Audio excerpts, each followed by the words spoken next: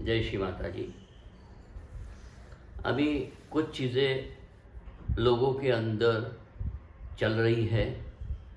कुछ लोग हमारे वीडियो देख के बहुत अच्छा अनुभव कर रहे हैं। उनकी इच्छाएं जो थी चेतना की वो मिल रही है, लोग मिल रहे हैं। लेकिन पता नहीं, हमारे कुछ साथी है, सहयोगी है, जो लोग अच्छी स्थिति प्राप्त करते हैं और वहाँ जाके बताते हैं, तो वो लोग उनको बोलते हैं कि भी काका के पास जाना मत। काका के पास गए तो सम्मोहित कर देते हैं। अभी मुझे तो हंसी आती है, भाई जब आप सहस्त्रार में जाते तो कैसे सम्मोहित कर सकता हूँ मैं? और सम्मोहित कैसे करते हैं, क्या करते आपको पता है?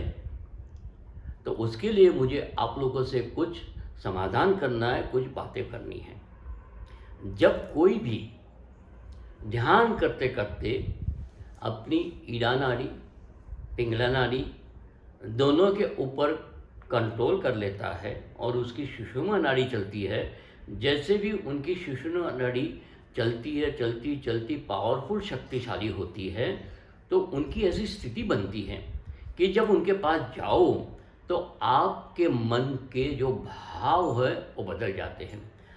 आपके विचारों से आप शून्य में चले जाते हैं, आप थॉटलेस अवेयरनेस से चले जाते हैं। जैसे भी आप देखते हो कि पुराण काल में ऋषियों के आश्रम में शेर और बकरी साथ में रहते थे। बड़ी बड़ी ऐसे थे, सांप भी घूमते थे, किसको काटते नहीं थे। ऐसी जो चीज़ें बनती थी उसमें क्या था? उसमें तो यही था कि सुषुम्ना नाड़ी में जाते हैं तो उनको ईड़ा और पिंगला, उनके अंदर के उनके भाव है, उनकी स्थिति सब भूल जाते हैं और एक सुख में चले जाते हैं। अभी मेरी भी स्थिति तो वही है कि भाई मेरा सहस्त्रार 24 घंटे चलते हैं और अच्छे साधक जब मेरे पास आते हैं तो उसकी स्थिति ऐसे बनती है कि उस स्थिति से उनके आने वाले लोगों से जो अहम भाव है वो अहम भाव निकल जाता है। जब अहम भाव निकल जाता है तो उनके चेतना शुरू हो जाती, और चेतना शुरू होती तो सहस्त्रार चलना शुरू करते। तो जब सहस्त्रार चलना चलते उनको पता चल रहा कि मेरे को वाइब्रेशन आ रहे हैं, मेरा सहस्त्रार चल रहा है, मेरे को अच्छी स्थिति चलते हैं, तो वो तो उसको एक्सेप्ट भी कर लेगा।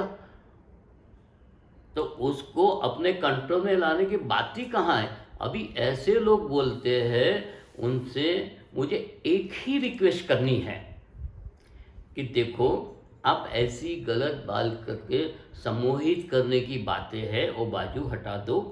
आप खुद हमारे वीडियो देखे, नमक पानी करो, अपनी स्थिति को पहचानो, उसमें आपको क्या मिलता है।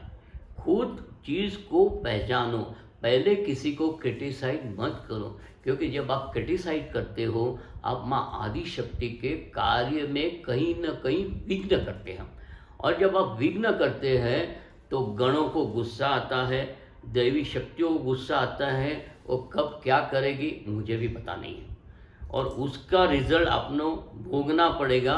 उससे अच्छी बात है कि भाई आपको लगता है इनको हिप्नोटाइज किया, कुछ भी किया है, लेकिन आप नमक पानी करो, हमें मिलने की कोई ज़रूरत नहीं है। खुद नमक पानी करो, अपनी चेतना बढ़ाओ, चेतना में जाके चीज़ को पहचानो। अगर आपको अच्छा लगा तो ठीक है, नहीं लगा तो छोड़ दो।